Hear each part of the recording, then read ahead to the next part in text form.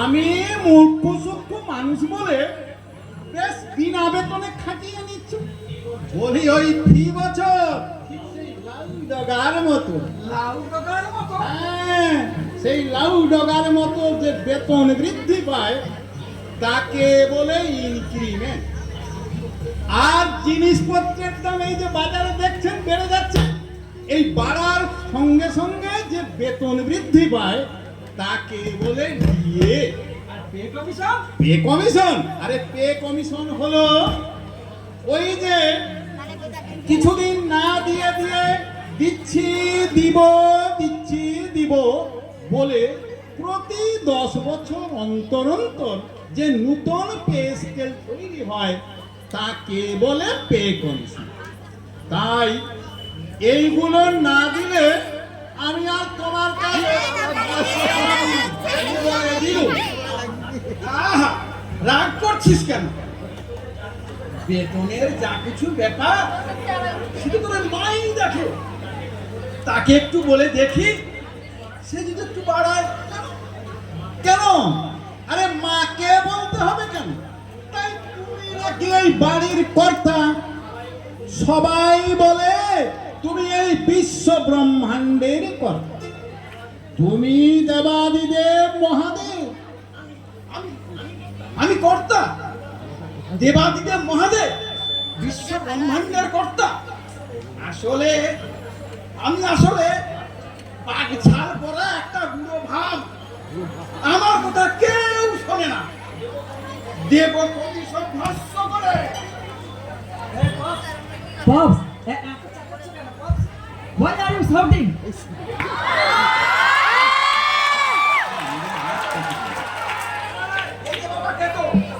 মাইক্রোফোনটা ধরে দেখ না, আমার ওই আফিকের ডিব্বাটা দিতে পারছি না। তোর মা যে কোথায় রেখে গেছে বুঝেই পাচ্ছি না। কেন? এতকাল তো তোমার সব ওই নন্দই দেখতো।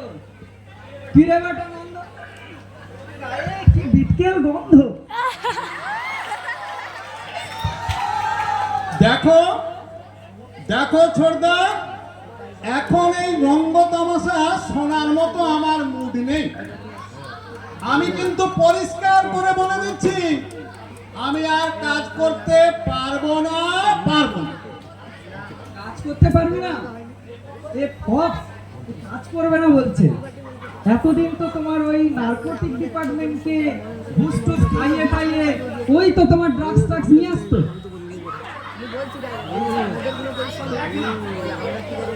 এ তো খুব উদ্বেগের ব্যাপার। বলছিলাম কি, এই ওসব ওই ড্রাগস না নিলেই নয়। শোন বাবা শোন, তোমার ওই সুন্দর যেমন দাড়ি না রাখলেই নয়, ঠিক তেমনি আমারও ড্রাগস না নিলেই নয়। আসলে আসলে পরও তো একটা বাচ্চা ছাড়ার কিছুই না, আর মা যদি রেগে যায় তাও টেনে ছিঁড়ে ফেলে।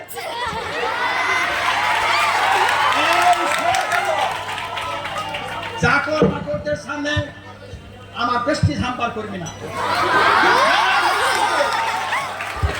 Sorry pops, extremely sorry. এই জায়গাটা নন্দ, বন্ধ। আচ্ছা আচ্ছা নন্দ, তুই কি সত্যি সত্যি কাজ করবি না?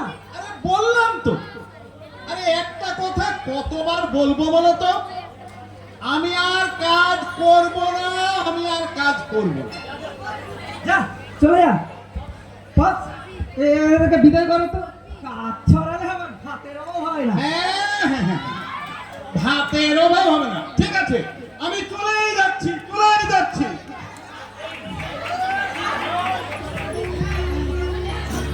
এই হলো আমার ইংলিশ মিডিয়াম ছেলে। কেন পপস? আরে ছড়ালে না, ওটা ভাত ছড়ালে। Sorry pops, sorry. তুমি বরং একটা কাজই করো, ওই ভাতই ছাড়ো। ভাত তো ছড়াবো, কিন্তু পয়সা কোথায়? ব্যাংকের সুদ যেভাবে কমছে তাতে সারা মাসের সংসার চালানোটাই মুশকিল। পয়সা নেই, দেখি না লক্ষ্মীকে বলে কিছু পয়সা ম্যানেজ করা যায় কিনা। ও তো প্রচুর আছে, বলে দেখি একবার। ভুল ধারণা, তোমাদের সবার ভুল ধারণা যে আমার অনেক টাকা আছে। ছিল এক সময়, কিন্তু ওই নোটবন্দির পর সব গেছে। নোটবন্দির রাতটা তোর মনে আছে দিদি? মনে থাকবে না আমার? তুই কেমন পাগলির মতো চিৎকার করে বলছিলি সব ঝুট হ্যাঁ, সব ঝুট হ্যাঁ। বলবো না, আমার এত সব জমানো টাকা এক রকমার হয়ে গেল ফাঁকা। টাকা থাকলেই তো মন ভালো থাকে। আর ওই যে যাদের অনেক অনেক টাকা ছিল, শুনলাম তারা নাকি ওইসব টাকা নিয়ে বিদেশে পালিয়েছে। তুই ঠিক বলেছিস দিদি, আমার এই ঋত্বিক রোশন মার্কা চেহারা ছাড়া তার কিছুই নেই। যখন কোনো গার্লফ্রেন্ডকে বলি ডেটিং করে আসি, বলে কি জানিস দিদি? বলে ওই তোমার ওই রাঙা মুলোর মতো চেহারা ছাড়া তো আর কিছুই নেই। এই পপসকে বললাম একটা অডি কিনে দাও, একটা মার্সিডিজ কিনে দাও। কি বলে জানিস তুই? বলে ওই বাড়িতে ষাঁড় আছে, ওই ষাঁড়ের পিঠে চেপেই নাকি ডেটিং করতে যেতে হবে। তুই একবার ভাব দিদি, আমি কার্তিক কুমার, দেবাদিদেব মহাদেবের ছেলে কার্তিক কুমার, সে কিনা যাবে এই ষাঁড়ের পিঠে চেপে ডেটিং করতে? শোন ভাই শোন, চুপি চুপি বলি, এই মেয়েবেলা থেকেই তো দেখছি বাবা সারাদিন ওই নেশা ভাঙ গাঁজা খাবে আর ঝিমোবে। ওই মা ছিল বলেই নয় এই যাত্রা আমরা বেঁচে গেলাম। তুই ঠিক বলেছিস দিদি।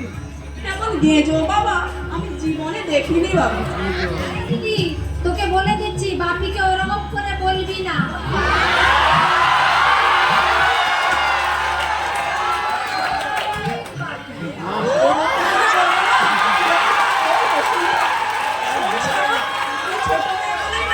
বাবার কাছে লাইটে আসছে, আমি তো পারিনি, উল্টে আমাকে অনেক স্যাক্রিফাইস করতে হয়েছে।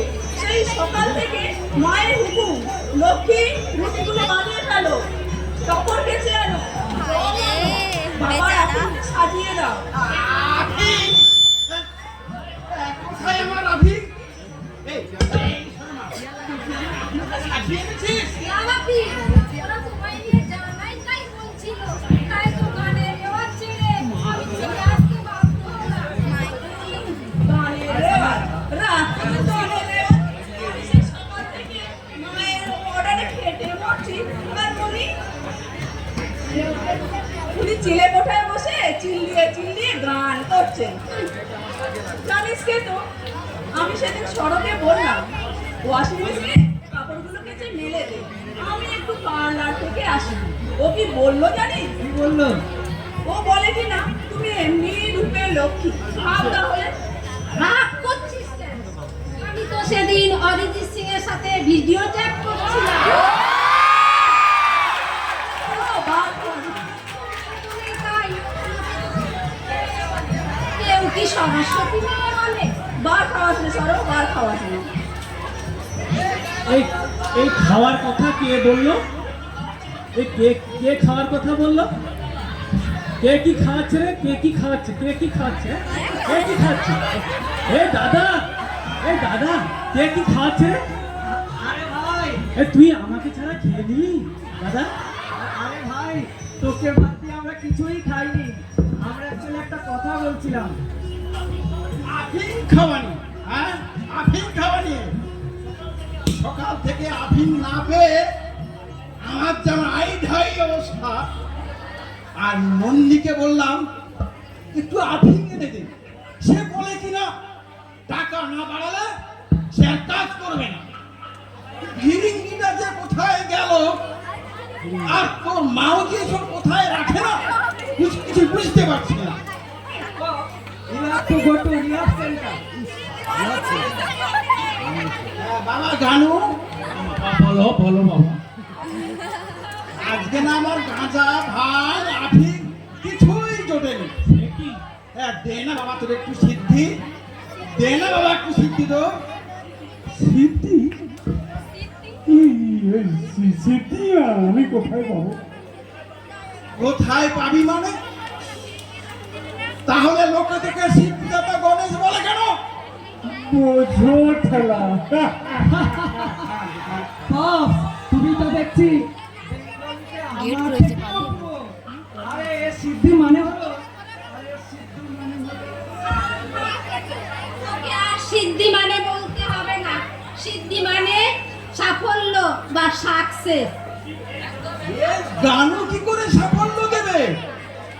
ওর তো মাথায় নেই।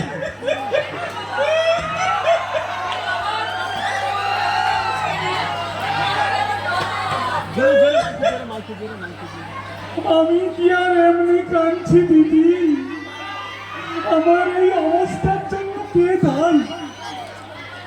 আমাকে তো মাই বলেছিল, দেখ কেন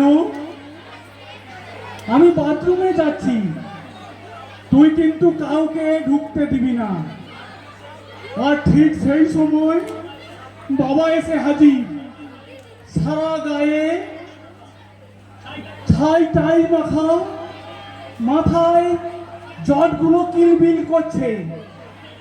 আর যদি হাতে ত্রিশূলটাও থাকতো তাহলেও বুঝতে পারতাম। যেই আমি রাস্তাটা আটকেছি এমনি ফোটার করে আমার মাথাটা কেটে দিল। আহা! থাক বাবা গানু থাক। তাহলে আমার কি দোষ বল? আমি গাঁজা ভাঙ আফিম, আমি গাঁজা ভাঙ আফিমের লোক। এই শালার বেটা বোম্বা আমাকে একটা 750 হুইস্কি খাইয়ে দিল। খেয়ে সে কি নেশা, কি নেশা!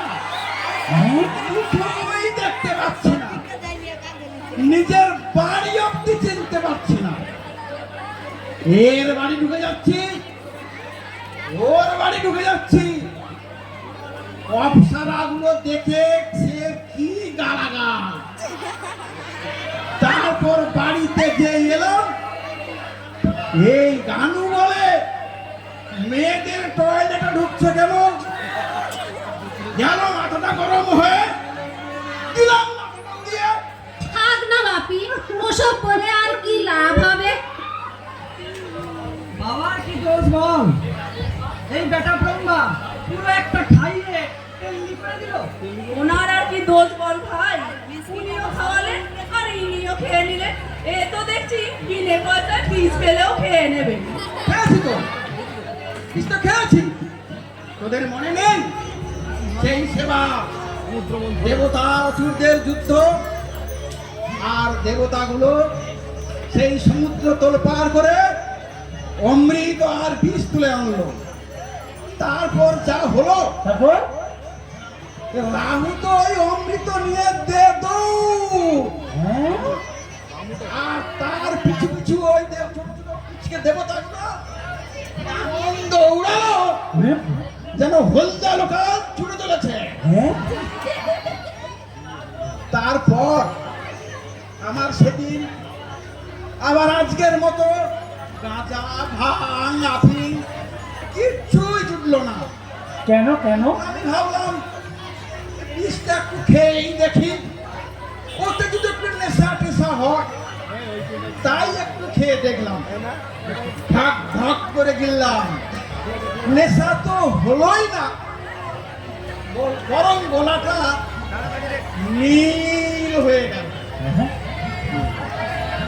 তারপর থেকে আমি এই আলাটা পরে থাকি। হাসালে পপ, হাসালে। একেই বলে স্যান্ডো গিঞ্জির আবার বুক পকে। পরনেতে একটা ছাল ছাড়া কিছুই জোটে না, তারপর আবার গলায় মাফলে।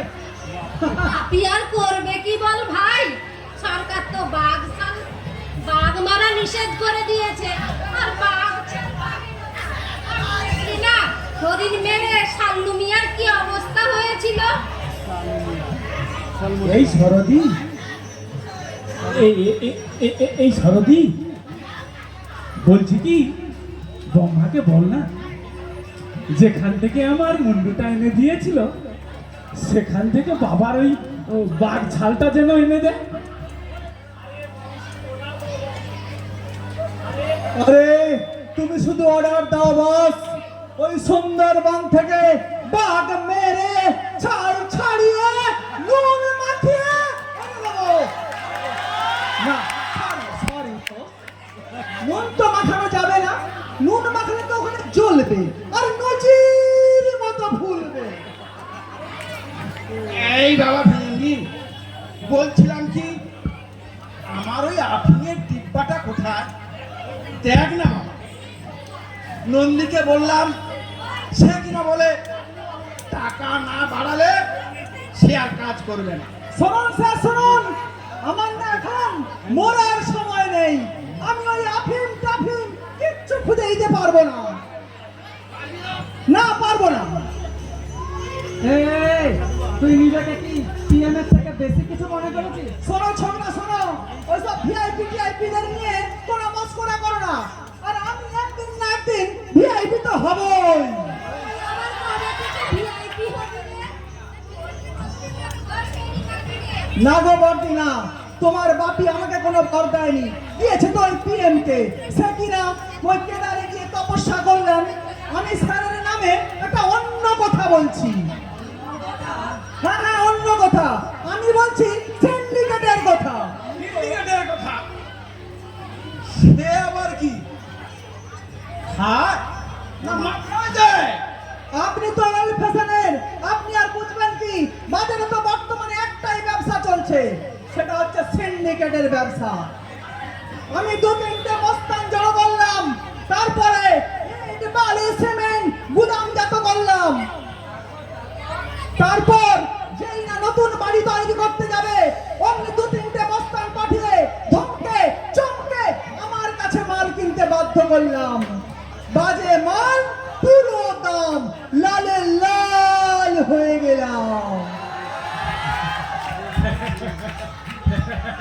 এই ভিঙ্গি, বেশি লাল হোস না, বেশি লাল হোস না, পাবলিকের কেলান খেয়ে যাবে। আরে গানুদা, এ লাল হলো মাল্লু, মাল্লু মানে টাকা টাকা। এই বাচ্চারা এত গোলমাল কিসে? গোলমাল নয় মা, গোলমাল নয়, মার মার। ভিঙ্গি বলছিল ও নাকি সিন্ডিকেটের ব্যবসা খুলেছে, ও নাকি প্রচুর মাল কামাচ্ছে। আর কি বলেছিল জানো মা, ও বাবাকে একটা বাঘঝাল কিনে দেবে। চুপ করো, কি ল্যাঙ্গুয়েজ ছেলেদের, বলে কি না মাল কামাচ্ছে। গানু কথাটা বলেনি, কথাটা বলেছে ভিরিঙ্গি। তুমি চুপ করো। ছেলেদের শাসন করতে গেলে উনি লাফিয়ে লাফিয়ে ওঠেন। ভিরিঙ্গি বলছিল আর তুমি চুপ করে শুনছিলে। একটা দিন ছেলেগুলোকে ওনার হেফাজতে রেখে গেলাম, এসে দেখি হুলুস তুলুস কাণ্ড। এই লক্ষ্মী, তোকে বলেছিলাম না সংসারে সব দিক নজর রাখতে? আমি তো রান্নাঘরে ছিলাম না, বাইরে বেরিয়ে দেখি কিন্তু আর ওই নন্দী ঝগড়া করছে, আর বাবা না রাগে বিড়িং বিড়িং করে লাফাচ্ছে। আমি ঝগড়া করিনি মা, এই নন্দী বলছিল ও নাকি স্যালারি ইনক্রিমেন্ট না হলে কোনো কাজই করবে না। আর এই বাবা আপিম টাপিম না পেয়ে হি ওয়াজ রিয়েলি ফিউরিয়াস। কি বলছিল জানো মা? বলছিল সবাইকে নাকি ভস্ত করে দেবে। এই লোকটাকেও বলি, বেরোনোর সময় পই পই করে বলে গেলাম তোমার ডুগডুগির পাশে আভিনের ডিব্বাটা রাখা আছে। মা, ওটা ডুগডুগি নয়, ওটা ডমরু। তুই থাম, বাপ নেওটা কথাকার। ডমরু না হাতি, কি কাজে লাগে ওটা? তাও যদি শিমুনির মতো বাজাতো। মা, তুমি ঠিকই বলছো। কি বাজায় ছেলেটা, আর কি হ্যান্ডসাম। আমার তো দারুণ পছন্দ। তুই থাম, তোকে আর পছন্দ করতে হবে না। আমি ব্রহ্মার বাপমায়ের সঙ্গে কথা বলে রেখেছি, তোমাকে আর লুকিয়ে চুরিয়ে প্রেম করতে হবে না। এই শীতেই তোমাদের 4 হাত এক করে দেব। বলছিলাম কি মা, এই সরদির বিয়ে হয়ে গেলে আমার কিন্তু চান্স মা। কেন? তোমার তো অনেক গার্লফ্রেন্ড আছে, তাদের পছন্দ হয়নি বুঝি? পছন্দ তো সবাইকেই হয়েছে, কিন্তু এই বাবার কথা বললেই সবাই যেন কেমন রাগ করে। কেন? বাবার কথা বললে রাগ করার কি আছে? তুমি বলবে তোমার বাবা কাজের থেকে আর্লি রিটায়ারমেন্ট নিয়েছে, এখন পড়াশোনা নিয়েই থাকে, সব কিছুতে কমেন্ট করে আবার কোনো কিছুতেই থাকে না। তুমি জানো না মা, ওর নয় দেবসেনা নামে একটা মেয়ের সাথে প্রেম আছে, ভেরি স্মার্ট, সিগারেট ফিগারেট তাই নাকি? তাহলে মামার বাড়ি থেকে ঘুরে এসে মেয়েটাকে নিয়ে এসো একদিন। আর এই যে লক্ষ্মী, তোমাকেও বলছি, নারায়ণের বাম্মায়ের ছোটবেলা থেকে তোমাকে খুব পছন্দ। আর তুমি যখন নিজের জন্য কিছুই জোটাতে পারলে না, তাহলে নারায়ণকেই বিয়ে করো। তোমাদের বিয়ে দিয়ে আমরা কাশি চলে যাব।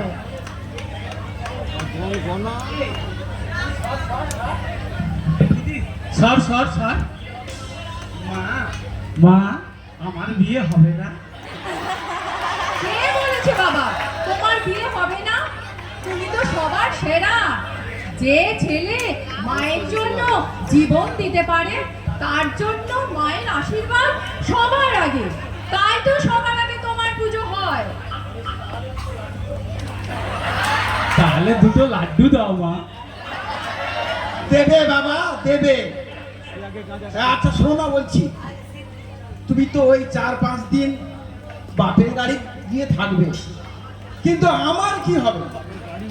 নন্দী ভিরিঙ্গি এরা তো কেউই নেই। স্বাবলম্বী হও, বুঝলে? স্বাবলম্বী হও।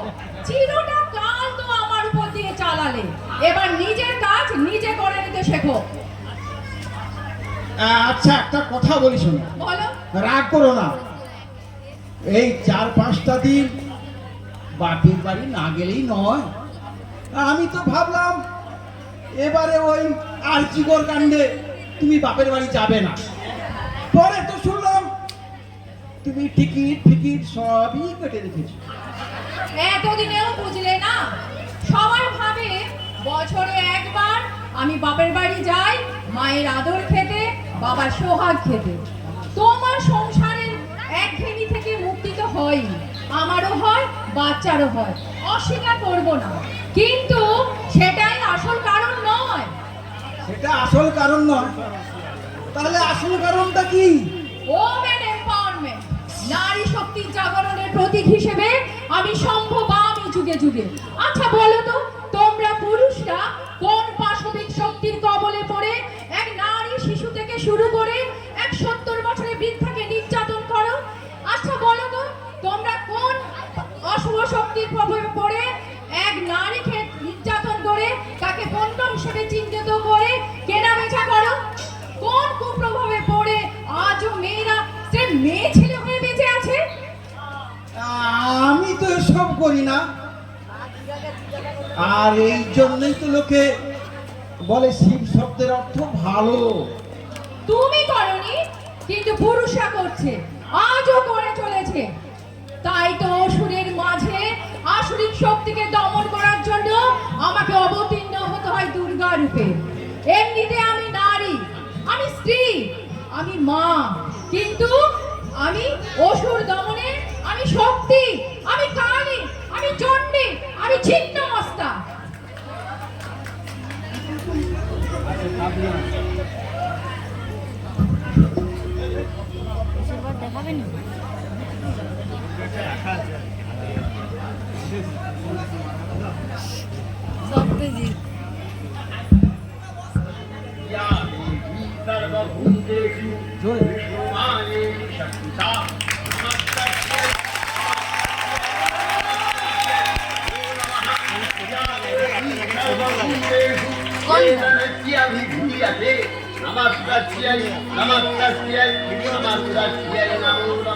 হয়েছে।